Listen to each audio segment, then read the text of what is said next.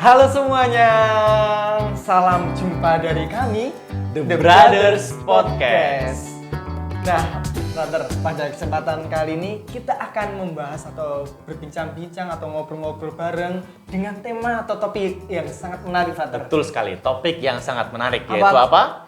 Mengukir kisah para rasul bab 29, bersaksi di era digital.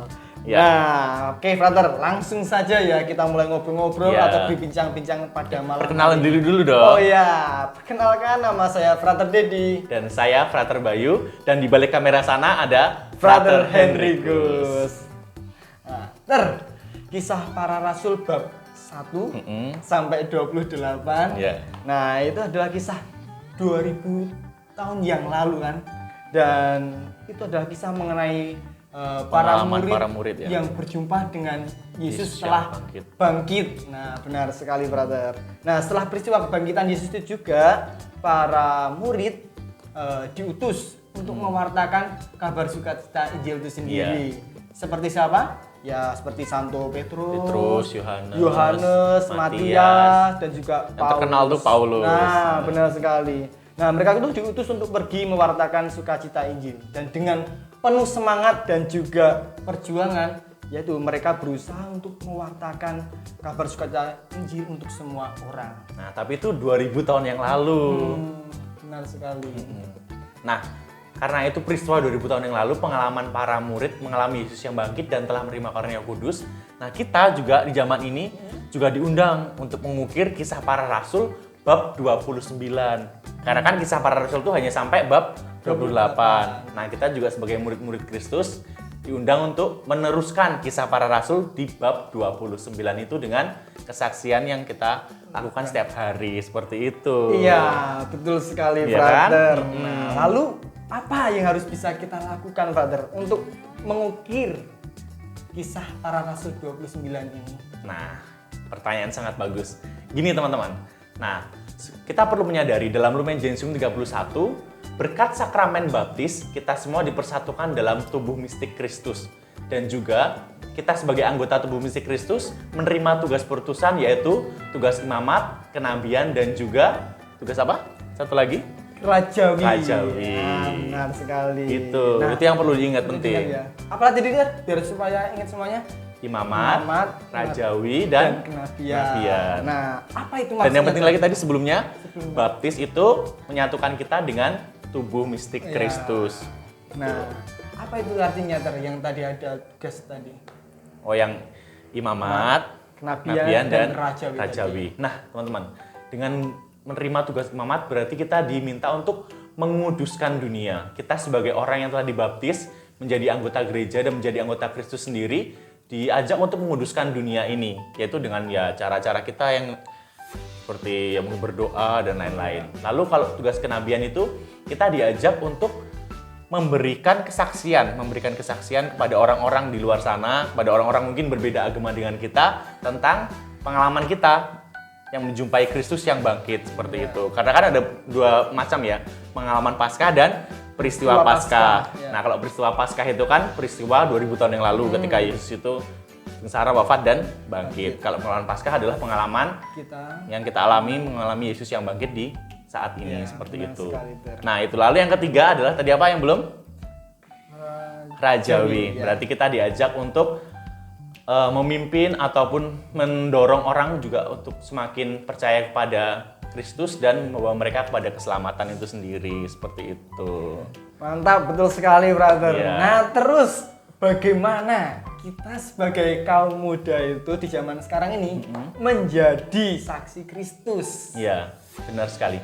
Nah, kita kan adalah saksi Kristus. Ya. Nah, berkaitan dengan saksi Kristus ini ya, bagaimana cara kaum muda untuk mewartakan dirinya sebagai saksi Kristus itu sudah dibahas dalam Sinode Biasa ke-15 para uskup, yaitu pada tanggal 27 Oktober tahun 2018 yang lalu. Nah, dari sinode itu menghasilkan satu dokumen yang berjudul Orang Muda, Iman, dan Penegasan Panggilan.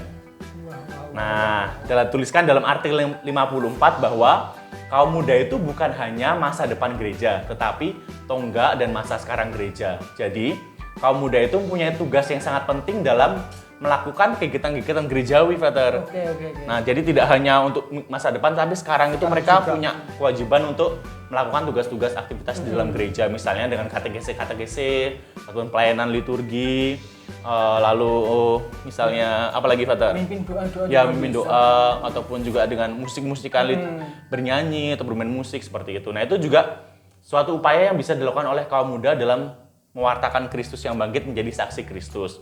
Nah, lalu disebutkan juga dalam artikel 45 bahwa media sosial. Nah, karena kan ini peran penting media sosial, karena kan kaum muda sekarang itu sangat berkaitan erat dengan media sosial. Nah, maka gereja sendiri mengakui bahwa media sosial itu sangat berperan penting dalam berperan penting bagi sarana untuk pewartaan bagi kaum muda, seperti itu, Frater.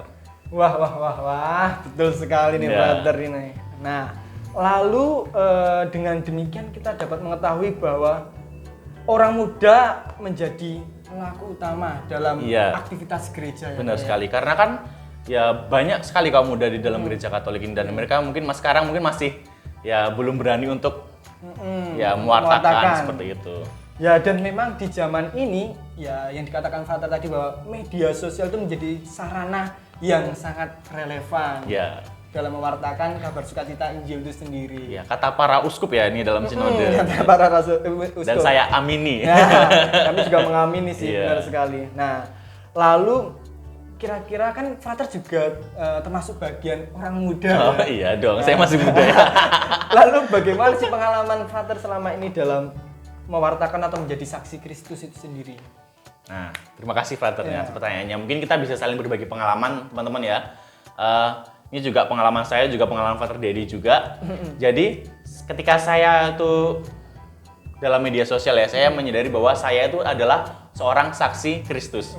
Jadi saya mewartakan Kristus, bukan mewartakan diri saya sendiri. Benar. Nah, jadi saya itu gimana ya? Berusaha untuk menyadari bahwa di era saat ini saya harus mengikuti perkembangan zaman. Saya harus mencari alternatif pewartaan yang bisa menyentuh semakin banyak orang, yaitu di salah satunya media sosial, misalnya Instagram, YouTube, TikTok, Twitter, dan lain-lain. Nah, jadi melalui media-media itu saya berusaha untuk mewartakan Kristus yang bangkit. Saya masuk melalui pintu mereka, pintu kaum muda ini, tapi keluar dengan pintu gereja. Jadi apa yang diwartakan oleh gereja melalui tentang Yesus Kristus itu sendiri. Jadi seperti itu. Jadi nilai-nilai yang saya bawa itu adalah ya ajaran-ajaran dari gereja itu sendiri. Nah, karena saya juga sebagai seorang calon imam kan, berarti seorang religius juga punya kewajiban untuk memberikan katekese kepada umat di luar sana. Nah, kaum muda pun juga seperti itu, juga diajak untuk bisa mewartakan ya Kristus yang bangkit, pengalamannya terhadap Kristus seperti itu. Karena kaum muda itu kan relasinya sangat luas ya dengan teman-teman, karena mereka mungkin bisa bertemu dengan orang-orang di luar sana, kaum muda yang lain. Nah, di situ kaum muda diajak untuk memberikan kesaksian, menjadi sukacita bagi banyak orang, karena kan orang Kristen ini adalah orang yang bersukacita. Nah, maka bagaimana kaum muda itu bisa bersukacita juga dalam media sosial itu, tidak hanya untuk hal mungkin yang ya bisalah lucu-lucu bisa aja, tapi bagaimana kaum muda itu saya ajak juga untuk memenuhi media sosial itu dengan hal-hal yang berbau Kristiani, seperti itu, berbau Katolik. Jadi juga tidak melulu hal-hal yang ya lucu-lucu, boleh lucu-lucu gitu, tapi juga perlu juga sesuatu yang katekese yang juga kita berikan kepada orang lain, seperti itu, agar orang lain juga semakin tahu, oh gereja Katolik itu seperti ini, kayak gitu. Berarti, itu sih kalau pengalaman saya. Ya, sejauh ini Frater itu menggunakan media sosial dengan bijak ya. Ya, itu yang paling penting juga menggunakan media sosial dengan bijak, tahu batasan-batasan yang harus patuhi gitu ya. Gitu. Tahu bondering lah ya. Ya, kayak gitu ya, Pak. Wah, pengalaman yang sangat menarik dan menginspirasi, Frater. Nah, kira-kira apa nih pesan untuk kaum muda di luar sana, Frater? Ya. Nah, ini pesan terakhir kayak seperti ada lagunya favorit saya itu. Siapa? Ada pokoknya. Nah, sebagai kaum muda, kita sudah dibaptis, kita adalah saksi Kristus. Nah, oleh karena itu saya mengajak teman-teman semua untuk berani bersaksi di era digital kan. Tema kita bersaksi di era digital. Bagaimana kaum muda diajak untuk bersaksi di era digital ini dengan memanfaatkan media sosial yang ada, menebar kebaikan dan menjadi sukacita bagi banyak orang yang ada di sekitar dengan media sosial teman-teman masing-masing. Jadi dengan caranya masing-masing, tidak harus seperti yang mungkin Father lakukan dengan kategori-kategori singkat. Mungkin teman-teman juga bisa menggunakan akun Instagram, akun TikTok dengan ya mengisi akun-akun yang yang menebarkan kreatif, menebarkan sukacita Injil seperti itu. Iya, benar. Kayak gitu. Intinya itu aja sih. Yang penting kaum muda bisa bijak dan bisa menggunakan media sosial untuk sarana pewartaan juga. Mantap, sangat setuju kalau saya. Nah, semoga ngobrol-ngobrol atau bincang-bincang kita pada hari ini sungguh bermanfaat dan juga berguna bagi banyak orang Iya, setuju dan sekali. Semoga juga banyak kaum muda yang berani untuk ini tadi mengukir kisah para rasul bab 29 di era digital ini. Ya. Betul sekali. Setuju, Frater? Nah, oke teman-teman, terima kasih atas kebersamaan atau juga telah menyaksikan bincang-bincangnya ya. Semoga bisa menginspirasi. Jelas sekali. Dan kita bersama-sama berusaha untuk menjadi saksi Kristus di dunia di era digital ini. Oke, sampai jumpa di video selanjutnya. Dadah. Vivat Cor Jesu. Percor Marie. Dadah.